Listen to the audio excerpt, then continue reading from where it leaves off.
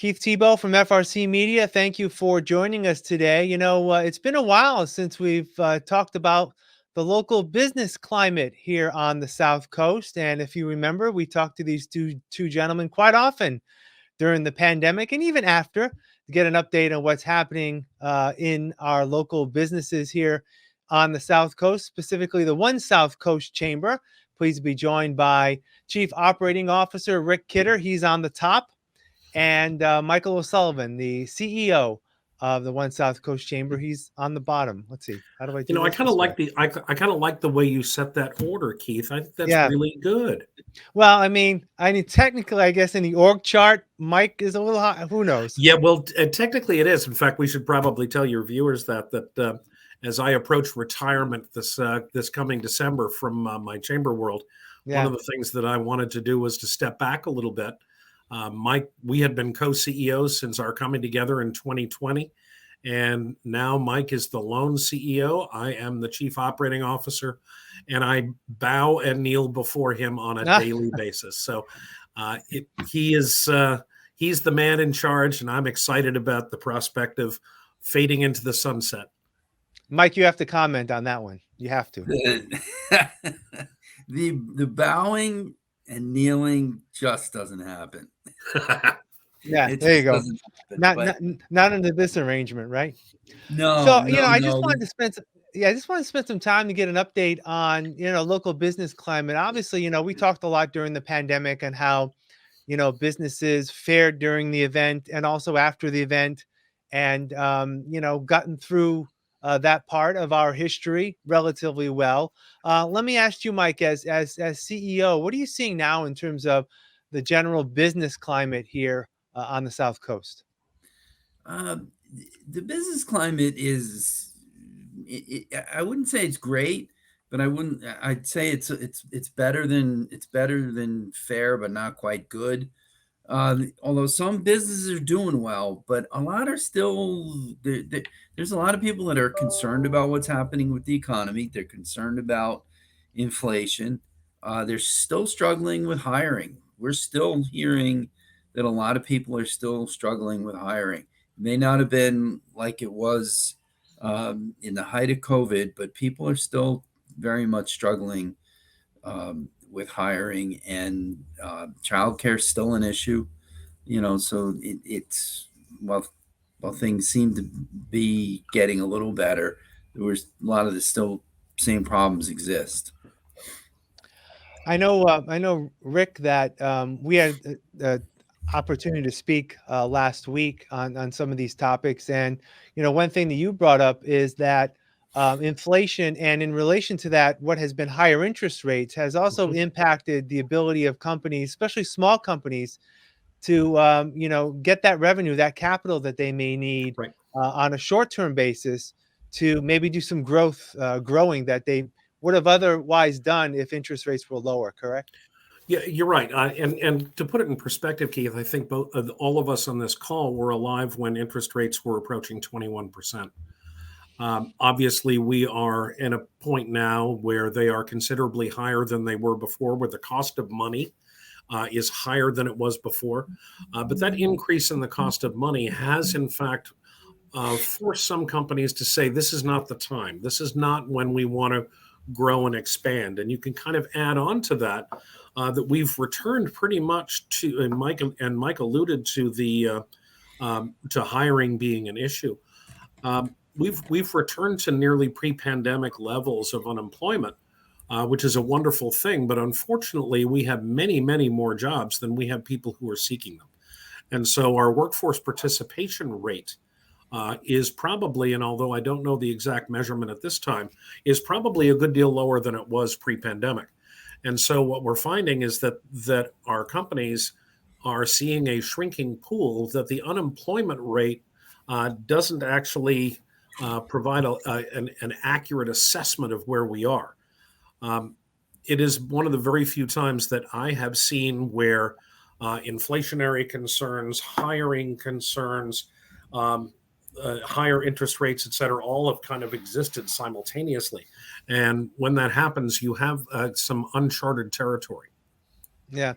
I want to stick with you for a moment, Rick. You know, we're recording this. Actually, it's August 1st.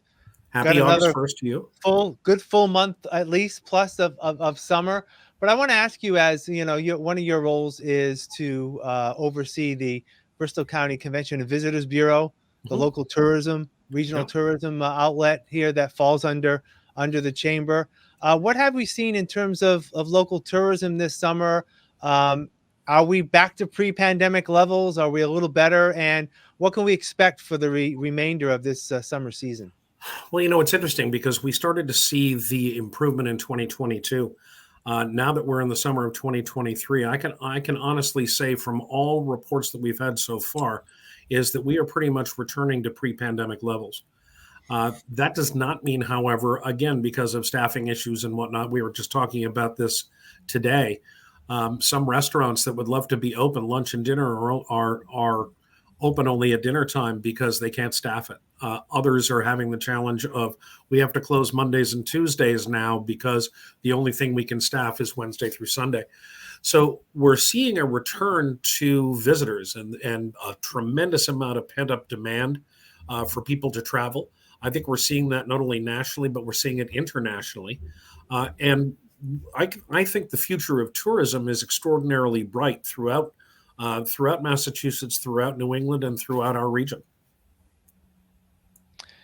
And Mike, back to you. You know, you spend a lot of your time in the Fall River office in the Fall River area. I know there's been a lot of activity here in Fall River through Viva Fall River and the Fall River Arts and Culture Coalition.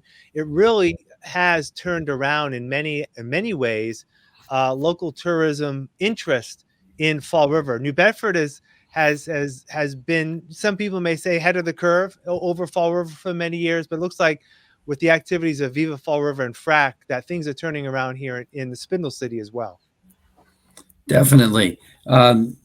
You know, when you go down on a Monday night uh, to the city pier, which just was opened last fall, um, and you realize that there's 100 people there, or around 100 people that are participating in yoga on the city pier. It's fantastic.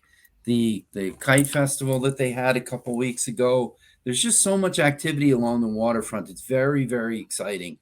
3 4 years ago, at night, walking along the boardwalk on the Fall River waterfront, it was very quiet, very quiet. Not anymore, and that's great stuff. And the city's worked hard with Patty Rigo running Viva Fall River, and with FRAC, and there's so much good stuff that's happening. So many events that are happening, that it's exciting to be in Fall River along the waterfront in the evenings. And I can tell you from the perspective of somebody who's marketing the region, to have Fall River have this kind of exciting embracing of their assets is just one more wonderful thing to be able to sell when people come in.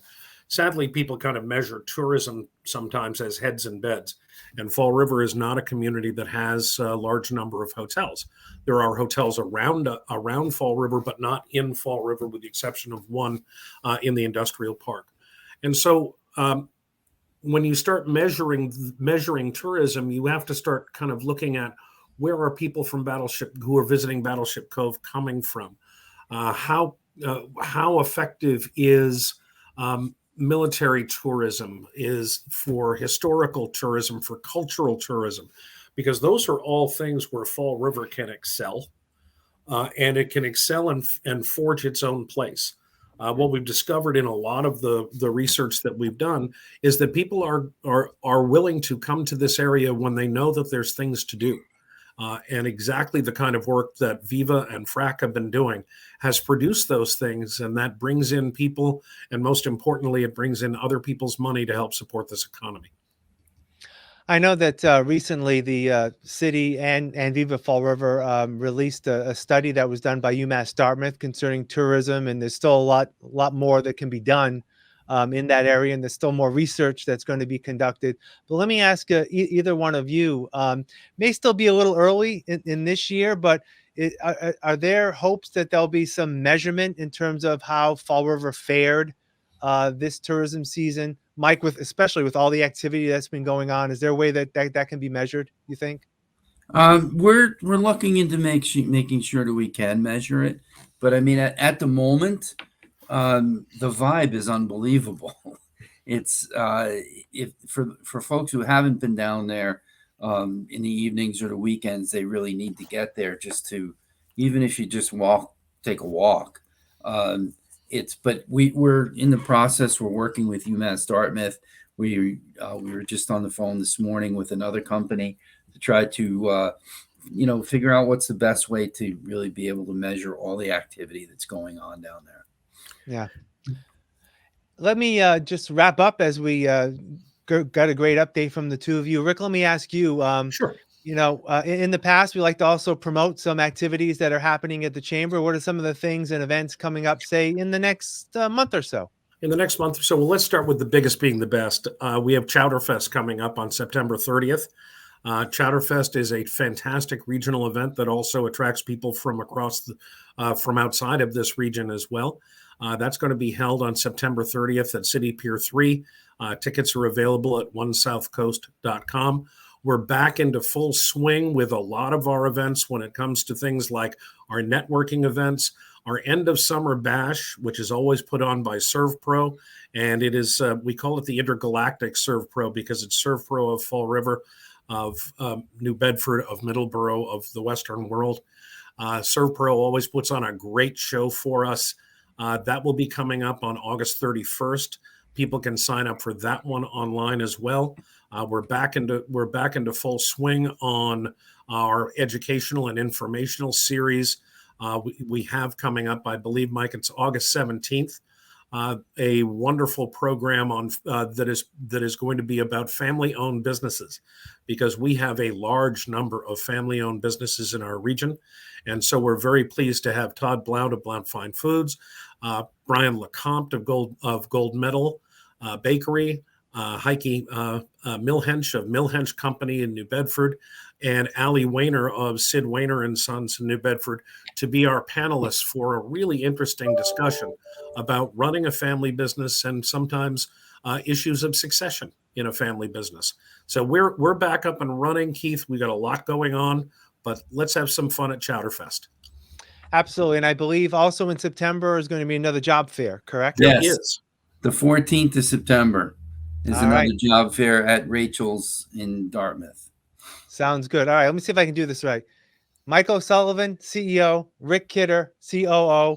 As always, gentlemen, thank you for joining me, and we'll catch up again soon. I appreciate your time. Thank you, Keith. Thank you, Keith. And thank you for joining us here on FRC Media. I'm Keith Tebow. Have a great day.